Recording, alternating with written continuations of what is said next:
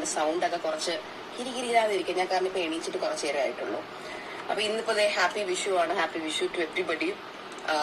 സത്യം പറഞ്ഞാൽ എന്റെ വീട്ടിലായിരുന്നെങ്കിൽ ഇപ്പൊ മറ്റേ എന്റെ വീട്ടിലോ അശ്വിന്റെ വീട്ടിലോ ആരുടെ വീട്ടിലാണെങ്കിലും ഇപ്പൊ രാവിലെ മറ്റേ വിഷുക്കണിയൊക്കെ കാണാൻ പറ്റിയാണ്. ഇവിടെ ഇവനെയും കൊണ്ട് എനിക്ക് ഉറക്കം പോലും കിട്ടാറില്ല. ഞാൻ ഈ ചോദിക്കിയിരിക്കുന്നത്. അപ്പൊ വിഷുക്കണി ഞാൻ അശ്വിനെയും ബേബിനെയും നോക്കി അങ്ങ് സമാധാനിച്ചു. അവനാണ് ഇന്ന് എന്റെ വിഷുക്കണി. അവരുടെ വിഷുക്കണി ഞാനായിരുന്നു. സോ നമ്മളിപ്പോ രാവിലെ അശ്വിന്റെ വീട്ടിലോട്ട് പോവാണ്. അവിടെ ഈ തമിഴ്നാട്ടില് എത്ര പേർക്ക് ഇത് അറിയാമെന്നുള്ളത് അറിയില്ല. തമിഴ്നാട്ടിലെ ന്യൂ ഇയർ ആണ് നമ്മുടെ ഇവിടുത്തെ വിഷു. അപ്പം അവർക്കിത് ഒരു ന്യൂ ഇയർ ഒരു ഡേ പോലെയാണ്, ഒരു സ്പെഷ്യൽ ഡേ പോലെയാണ്, ഓസ്പിഷ്യസ് ഡേ പോലെയാണ്. അപ്പൊ ആദ്യം അശ്വിന്റെ വീട്ടിലൊന്ന് പോവാന്ന് വിചാരിച്ചു. കാരണം നമ്മൾ ബ്രേക്ക്ഫാസ്റ്റും കഴിച്ചിട്ടില്ല. അപ്പൊ ബ്രേക്ക്ഫാസ്റ്റ് അവിടെ നിന്ന് തന്നെ കഴിക്കും. അശ്വിൻ ലഞ്ചും അവിടെ നിന്ന് തന്നെയാണ് കഴിക്കുന്നത്. ഞാൻ ലഞ്ച് എന്റെ വീട്ടിൽ നിന്നാണ് കഴിക്കുന്നത്.